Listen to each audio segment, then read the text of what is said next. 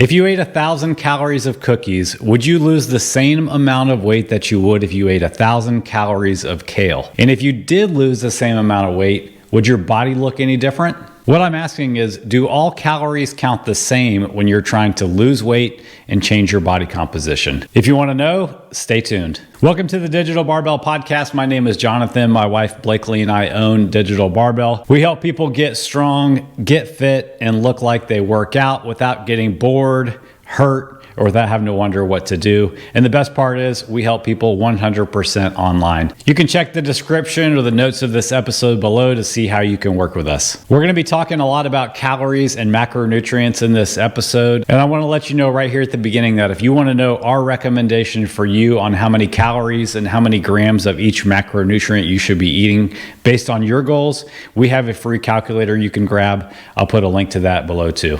Let's start with some basics about metabolism. Calories are the energy currency for your body. But just like the currency of money, where you spend those calories matters a lot. So let's dive right into the science of energy balance, macronutrients, and how the food that you eat affects both your weight and your body composition. If you're not sure what I mean by body composition, your body weight is what you see when you look down at the scale. Your body composition is what you see when you look ahead in the mirror. It's the relationship of how much muscle and how much fat you have on your body. We've got a short podcast episode dedicated to the difference between body weight and body composition, so I'll link to that below too. Let's start with the basics. What the heck is a calorie? Well, a calorie is just a unit of energy, and your body uses those calories to keep you alive. Everything from making your heart beat to walking around to doing bicep curls in the gym. So whether you eat 1,000 calories of chicken or 1,000 calories of cupcakes, your body sees it as energy. But of course, there's a twist. Not all calories are created equal when it comes to how your body uses them and how they affect the way that you look. Let's talk about energy balance, because to lose weight or gain weight, you have to understand the concept of energy balance. It's actually a really simple equation. If you eat the same number of calories that you use, your body weight will stay the same except for normal daily fluctuations. If you eat more calories than you need, your body will store those as fat and you'll gain weight. If you eat fewer calories than your body needs, your body will tap into your existing fat and you'll lose weight. Right now, the internet is definitely ripe with influencers telling you that energy balance is an outdated model and that hormones like insulin and cortisol are really what affect your body weight. But it's simply not true. Yes, there can be hormonal changes that affect your individual energy balance and even the places that you store fat. But as of the time that I'm recording this, the laws of thermodynamics have not been overturned, and energy balance is still the king of weight gain or weight loss. So energy balance in and of itself is a pretty simple concept, but this is where it can get interesting. The type of calories that you eat can affect your body's energy balance, even if the math stays the same. Let's talk about macros or macronutrients. All calories can be broken down into 4 categories of macronutrients: protein, carbs, fat, and alcohol. Every gram of protein and carbs have 4 calories per gram. Every gram of alcohol has 7 calories per gram.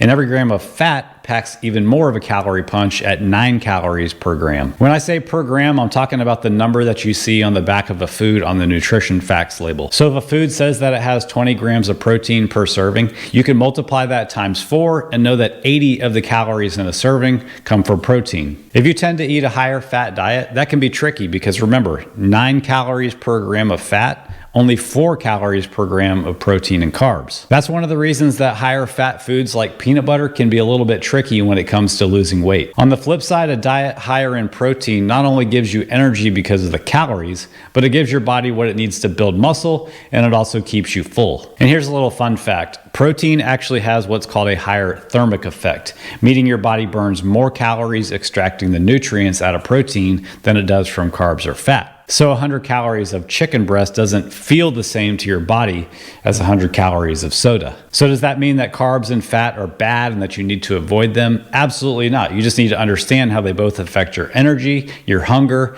and your body composition. Let's talk about a really commonly misunderstood topic. While the total calorie amount that you eat controls whether you're gaining or losing weight, how you spread those calories out across protein, carbs, and fat have a huge impact on how your body looks. If you're eating in a calorie deficit to lose weight, but you're not getting enough protein, there's a good chance you're also going to lose muscle while you lose fat, and that's not what you want. That's usually what results in looking more skinny fat. Protein and muscle keeps your metabolism cranking, and it's what gives your body that lean, toned, athletic look that most people want. On the flip side, if you're eating at a calorie surplus to try to gain weight, if a lot of those calories are coming from processed carbs and fat, you're much more likely to gain fat instead of muscle. That's why the quality and balance of your macros matters so much. Prioritizing protein and balancing out your carb and fat intake can help you improve your body composition, meaning more muscle and less fat, even if your total calories stay the same. I like to say that your total calories is like the gas pedal that controls how much you gain or lose, and then your macronutrient breakdown is like the steering wheel that controls how your body changes as you gain or lose weight. Speaking of how you look, if you like this topic, be sure to check out last week's podcast about the top 3 reasons you're working out but you don't look like it. I'll put a link to that below. All right, let's talk about something that I know you care about: food quality. Imagine you've got 2 meals. Meal number 1, 500 calories of grilled chicken, some roasted vegetables, and some rice.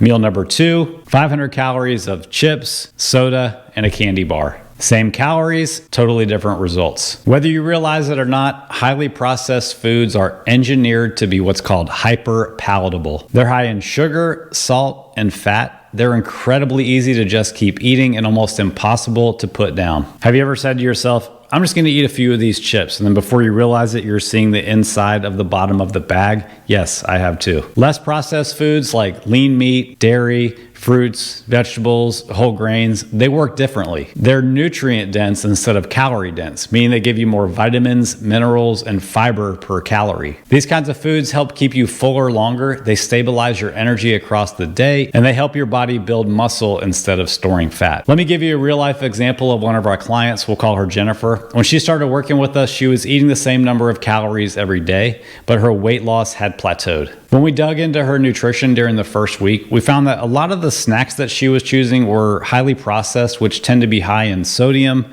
carbs, and fat. We helped her swap those snacks out for less processed, higher protein options like Greek yogurt, cottage cheese, and whey protein. And within 2 weeks, she started having more energy, her workouts improved, and of course, the weight started to come off again. Same calories, different results. The takeaway I want you to get from this episode is that yes, calories do matter. They're what control whether you're gaining or losing weight, but so does the quality of the calories that you're putting in and how you spread those calories out across the macronutrients. If you want to lose fat, build muscle, and feel great, focus most of your calories on whole, nutrient-dense food with a focus on protein. That doesn't mean that you can never have stuff like pizza or ice cream, but those foods should be the exception, not a major part of your diet. With our most successful clients and with us personally, that means having those kinds of things a few times per month, not a few times per week. 3 quick tips I want to leave you with. Number 1, prioritize protein. It keeps you full, helps you recover from your workouts, and it boosts your metabolism. Number 2,